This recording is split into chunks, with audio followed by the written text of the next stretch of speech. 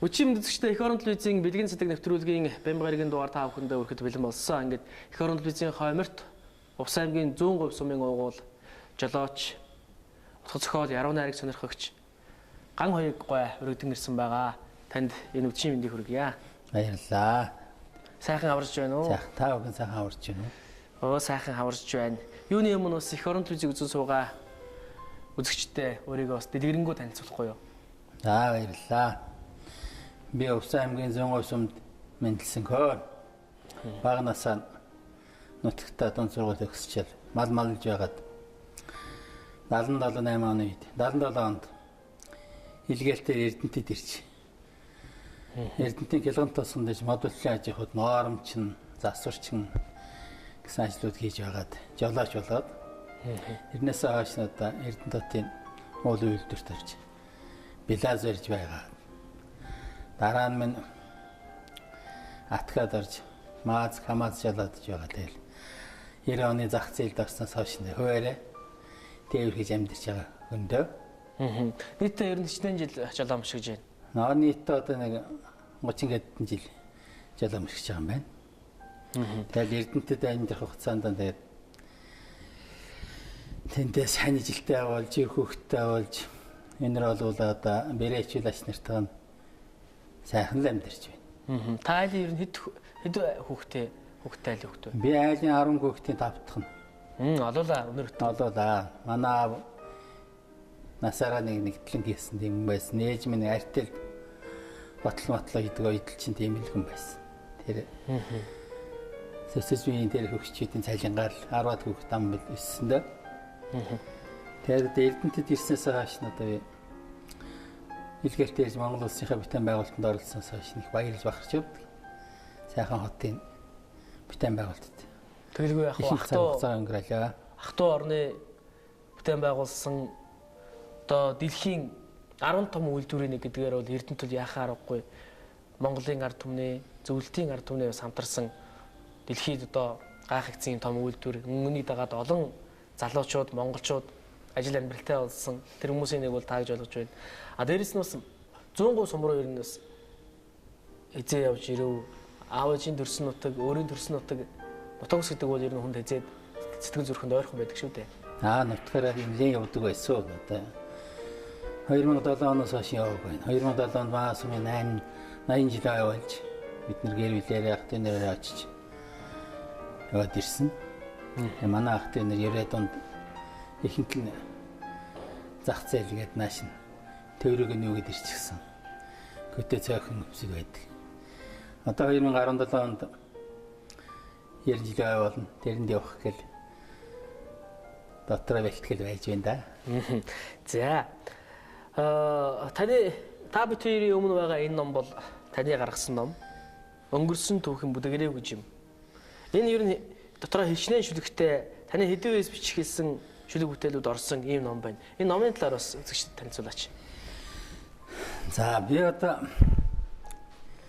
Алтан шар сайн буйнаар асын замд явж байхдаа кавинда янз янзын юм шүлэг мэр холбож дэрб мөртөд холбож явдаг хүн л дээ.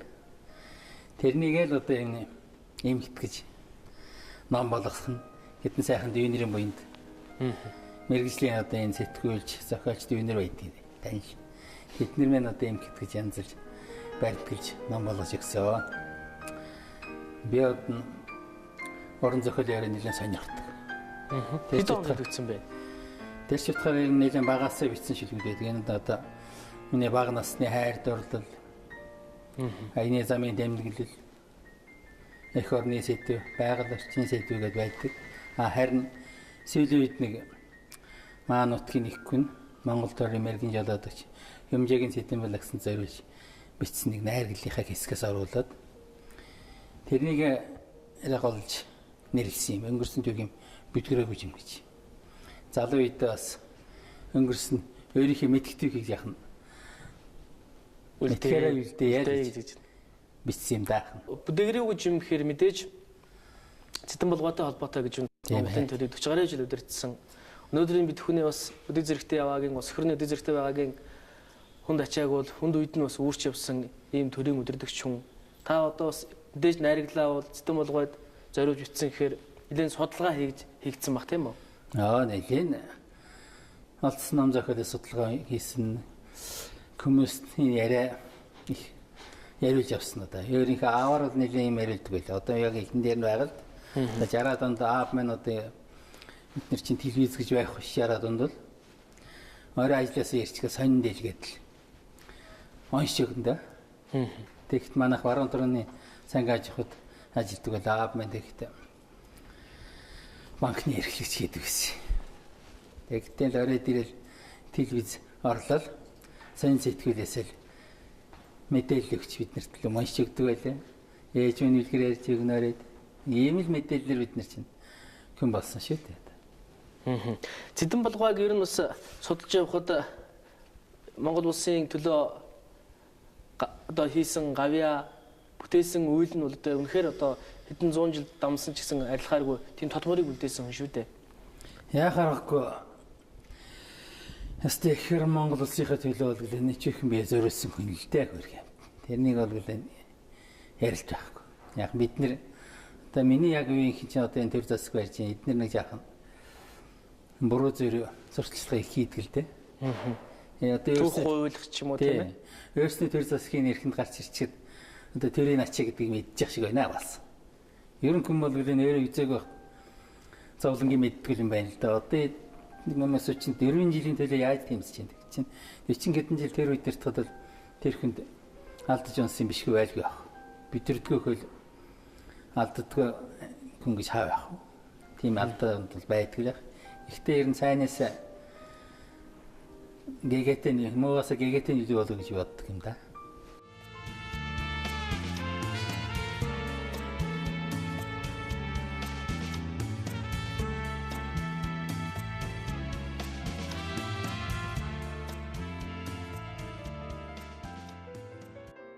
Ер нь анхны бичсэн шүлэг ямар шүлэг байдаг вэ? Хэдэн он та ер нь биччихээ? Одоо ер нь санагддаг уу? Анхны шүлгүүд байна да. 78 онд гэхэр чинь. Би өөр көдөө байхдаа ханьны бэлчээрт 13 дөрөвдөдөө бичиж янз янзын шүлэг дуу зохиож дуулж явсан. Миний найз одоо энэ Монгол Улсын сайн малчин Бүжүүгийн Олонбат гэдэг байна. Миний аав гахын хөвгт. Би тэр ханьны бэлчээрт 13 таад шүлэг дуу зохиож дуулж бичээд. Тэрнийг нь дуулж явж томчуудаар бас имлүүлж илээ. Тэр чи одоо яв болж юм болохгүй. Их танхаа дуу бичсэн байна гэж. Нэг чи хэлсэн шүү. Тэр нь гол нөгөө тэр үед чи мэдээлэл бол гэрэн Захир Тамир гэдэг Томлог Тамирын зохиол оншчихвол Захир Тамир шиг болох гэж хонгор шиг болох гэж сайрын дэр тоглож илдэв. Дуудаа явсан юм байна да ер нь. Тээврийн алс хол одоо тээврийн замд явж байхад тэр бол одоо орон орныхоо Монгол улсынхаа өнцөг болон бүр сайхан газруудаар зөндөөл явсан байх. Тэр үед бол бас онгод тэмэр их орно биз? Сайхан шүү дээ одоо ер нь. Говьсгэл нэмн говийн нутгуудаар болдог сүлийдэх ажил уурхаагаар том тэрэг бариад л бас найзынхаа компанид төрлөөр ажил хийгээд л. Тэгэл ерөнхийдөө ардын авьяастан гэж хүмүүсүүд чинь Монгол их байх юм дөө ер нь. Көтөө орнотод сайхан хүмүүс байна шүү. Авьяаслаа юмнууд бол гэдэг нэг нөхөртөө таарчсан. Тэр намнаас яаж урсдээ тэмээний магтаалыг бол гэдэг юмсаа зүгээр. Шөжгөлч юм. Тийм. Тийм хүмүүс байдаг юм а таарлаа. Олон найз нөхөдөөс мэдээж тээврийн замд явхад чи ер нь ингээд баг багаараа тээвэр хийгээд олон төргөд явдаг ш нөгөө цохолдор гардаг шүү дээ өндөр ээждэр гардаг шиг. Байна. Одоо энэ зүүн тал руу бол кентийн чиглэлд явхад чи одоо яхаа орой чи цагаар чи талцсаал хоёр тал бол нэг дуу шүлгээ уншаад найрлаа шүү дээ. Тийм боржхон найр бол их сайхан л та. Нэгнийхээ дууг давтахгүй. Нэгнийхээ гэснийг давтахгүй гэдээ хоёр тал болж эзчдэг. Би энэ дархан уулын артад одоо 80-аад онд тэр чойны минь ах өвгөнд очиад хөдөлгөөн сагуулсарн гэж адууч юм байсан. Тэнд нэг нийлгэж ирсэн нэг 2-3 хонжи найрлж ил. Сайхан л найрлдаг. Чойны мууган зохиол бүтээлийг нь сонирхож уншина биз? Сонирхдаг. Маш их. Аргагүй л ардтай явсан. Энэ номон дээр чойны мууган бас өгнүүд байгаа. тэрнээ санаа авсан. Тэгсэн социализмын дан одоо тэрнийг муулаад ирсэн байхгүй шүү дээ. Чанингач одоо 21-р зуун зурчлах нь гэдэг яруу найрхандаа болдгоо тодорхой үлдсэн байдаг шүү дээ. Хааны үеийн хаадын үеийн харцуудаар солигдож хамаг Монгол нь хөгжиж байна гэж бичсэн байдаг байхгүй. Ийм хүмүүсийг бид нэр ирээдүйн 21-р зуунд хүргэж ирлээ тосч авна уу гэсэн тийм шилэг байдаг байхгүй. Агуу ирээдүйг бол ерөн зөвгөн мэдчихлээ тийм ээ. Ирээдүйд ер нь юу болохыг ер нь тааварч ирээдүйн 21-р зуунд боловсралтай боломжтой хүмүүс хүргэлээ шүү гэж бичсэн байдгийг. Тэгэхээр хоёулаас үзэгч олондоо өөрийнхөө зохиол бүтээлээс уншиж сонирдуулвал ямар уу гэж бодож байна. Та өөрийнхөө номон дээрээс ямар шүлэг унших уу? Мэдээж энэ ч одоо бас энэ бас шүлэг байна. Загвар дэцэнүүд энэ одоо номны урд талд байгаа энэ уулын зураг танай нутгийн уулын зураг уу? Энэ миний одоо хань хариулж ирсэн. Ямар нартай уул вэ? Сар талгай гэдэг талгай. Сар толгой. Тийм аа. Авсан аймгийн 103 сая нутг уу? 103 сая нутг. Манай нутг ч одоо энэ баядын тахилгатай дөрөв хайрхан байдаг байхгүй юу? Гэсэн баяд хүн. Зөв. Тэр тахилгатай дөрөв хайрхны нэг нь өгөөмөр хайрхан гэж манай 103 сая нутгт байдаг. Тэр өгөөмөр хайрхны арт талд байдаг. Уулдаа энэ яг миний хонь хариулж ирсэн. Зөв багын. Одоо зарим нь хэлэх юм бол доол гэх байх. Бянаад бол хайрхан байхгүй юу? Зөв хайрхан. Өгөөмөр хайрхны том хайрхан би. Тэр хайрхан хойтол яг хоньныхаа бэлчээрийн талгыг гаргасан.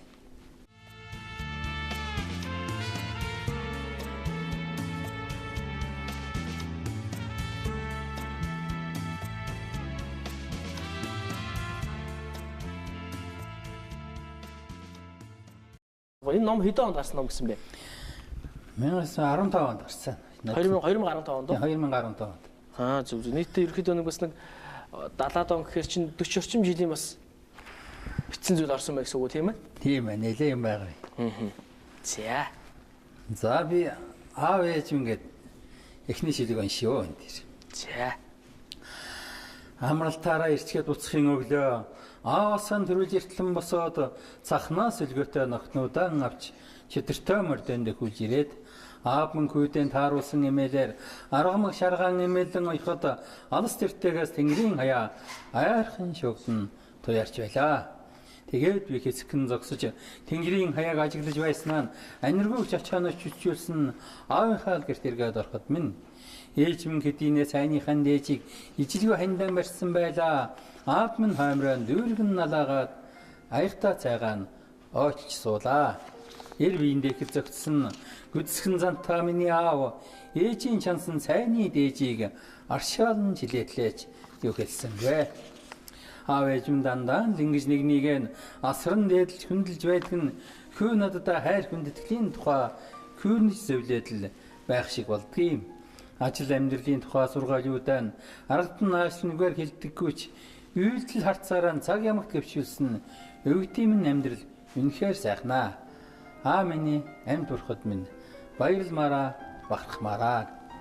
За баярлалаа. 78 онд бичсэн юм нэ. 78 үйлдвэрт ноормчин гэж ихтэй бичсэн шилгэн дээ. Дахиад бас нэг хэлэг уншаад.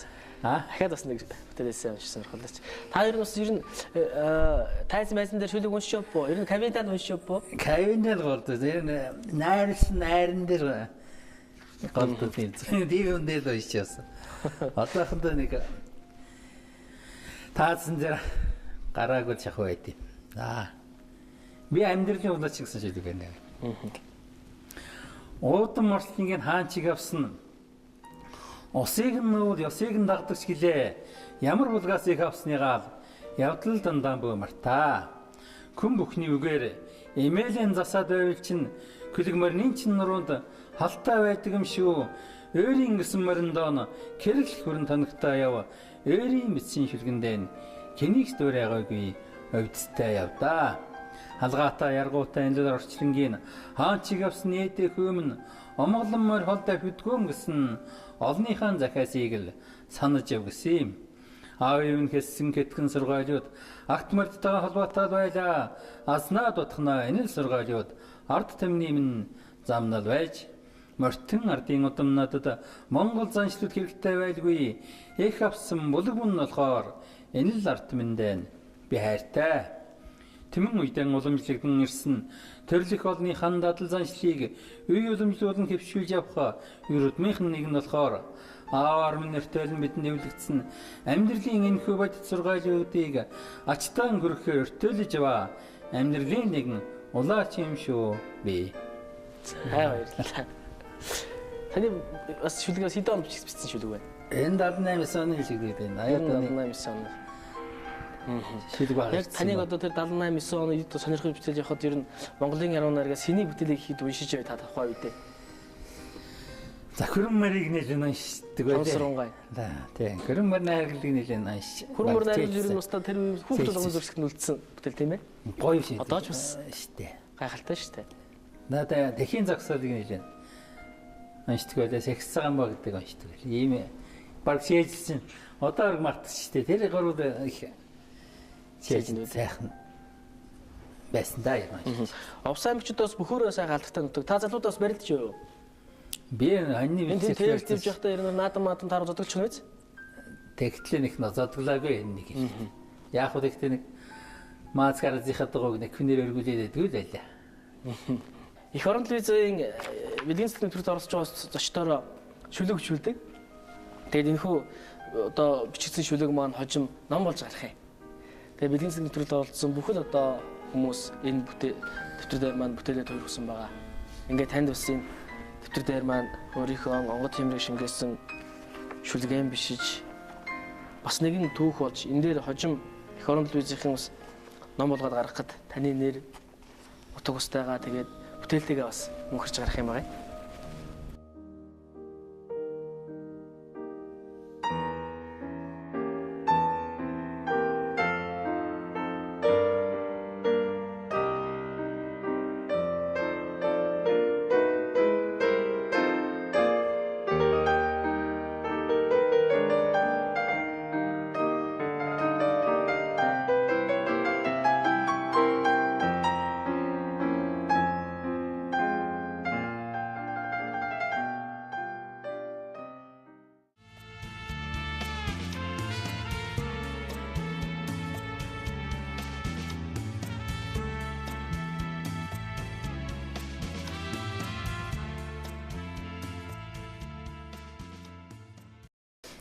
Эх орон телевизэн эрдэнэ шигтгэж шиг ялж энд ажилладаг ажилчдын амжилт хаврын цэцэг шиг дэлгэрч явг.